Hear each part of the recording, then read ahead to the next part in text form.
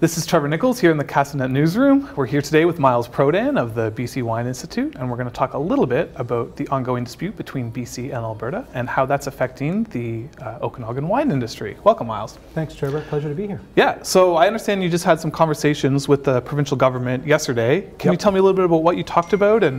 Yeah, well, yesterday was an important day for the industry because we've actually got some feedback from the government of British Columbia and what they're going to do to help the BC wine industry in terms of mitigating the Alberta boycott. As you can imagine, Alberta literally shutting the door, slamming the door on the BC wine industry as quickly and without notice as they did last week is already starting to have its effects. So the discussion we had with BC yesterday was quite helpful. Was going to be quite helpful.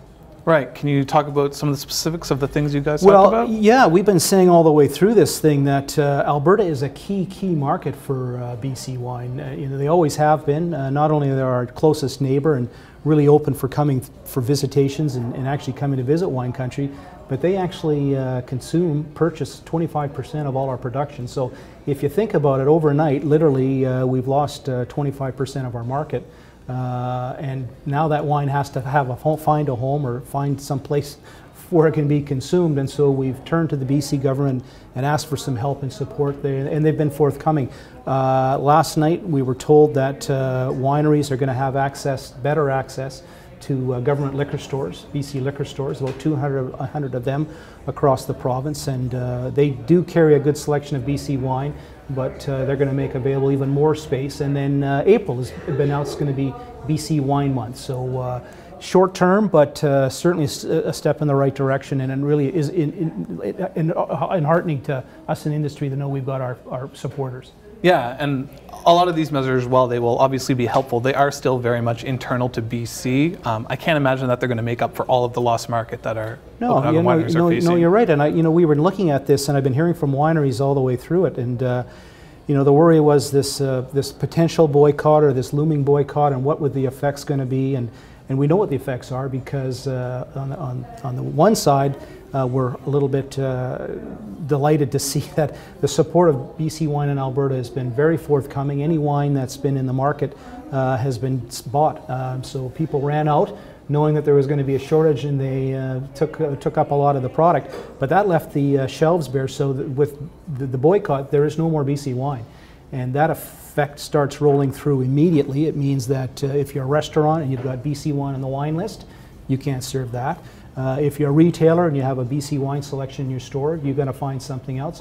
So these retailers are business people, and they're going to have to find a replacement for BC wine. And once they do that, it's tough to switch them back. I mean, they've made a commitment to whomever else is going to fill that space, and they can't just turn them back away once BC wine comes on the shelf. So the effect is immediate and long term. Yeah. So while this boycott could end soon, the effects presumably are going to last for quite a while beyond this short spur. For a long time. We know that. I mean, anyone who's in retail or anyone who manages a brand knows that consumers switch off your brand, they go someplace else, they find a cheaper or a more readily available product. It's really tough to get them to come back. So we know we have our fans and diehard supporters in Alberta, but there are other alternatives to BC wine out there in the world. And giving people a chance to try it, is not going to necessarily work long term in our favor.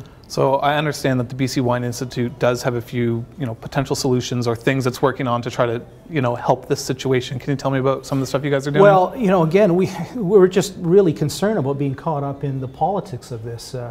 This seems it's all about an area of policy that has absolutely nothing to do with the BC wine industry.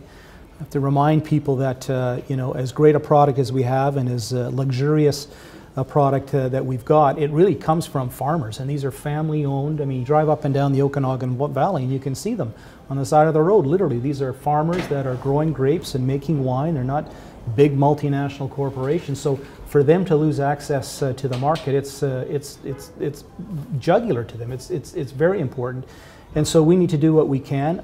We're looking at all types of measures. Very clearly, the ability for a province to shut off another province's product, whatever it is trade illegal. I mean, there's the Canadian Free Trade Agreement, and there's numbers of agreements that are in place, and so we're looking at you know, what can we do to bring this to the attention of the courts? It's not a course we want to take by any stretch, but we need to feel we need to look at all the options.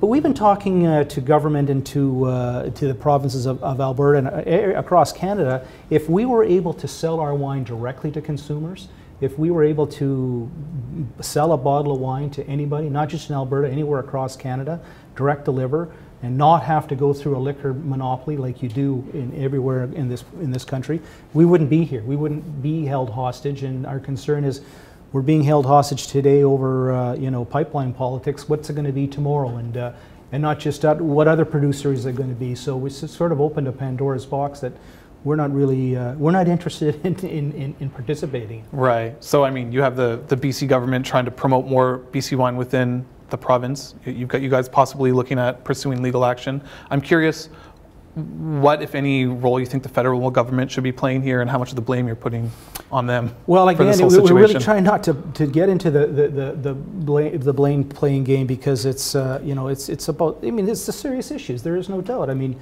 the boycott is important to us, obviously.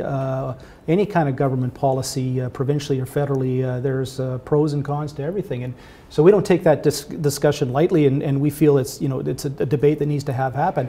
We just don't think it needs to have happen over the livelihood of our wineries. So the feds have got a role to play in this, clearly, and we also believe they've got a role to play in helping to liberalize direct-to-consumer shipping. So you know, again, if we could all sit around the table, perhaps over a glass of delicious BC wine, we could sort these issues out. But you know, this gamesmanship and upping the ante, and it's not going to come to any good. And we know that's the case, because it's having a serious, immediate impact on the wine industry. Yeah, so I mean, eventually this boycott will end. I might just quickly get you to say, what do you think the BC wine industry is going to look like when this is all over? How much of an impact do you think this will have fundamentally? Tough to say. You know, there are wineries that are directly impacted, as I said earlier. Not every winery sells retail into Alberta, but every winery has an opportunity to sell to an Albertan traveling into BC.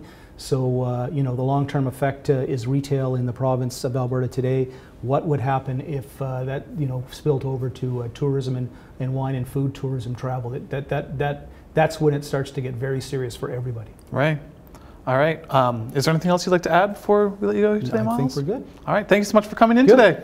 All right. For Castanet and Okanagan Edge, I'm Trevor Nichols here with Miles Prodan.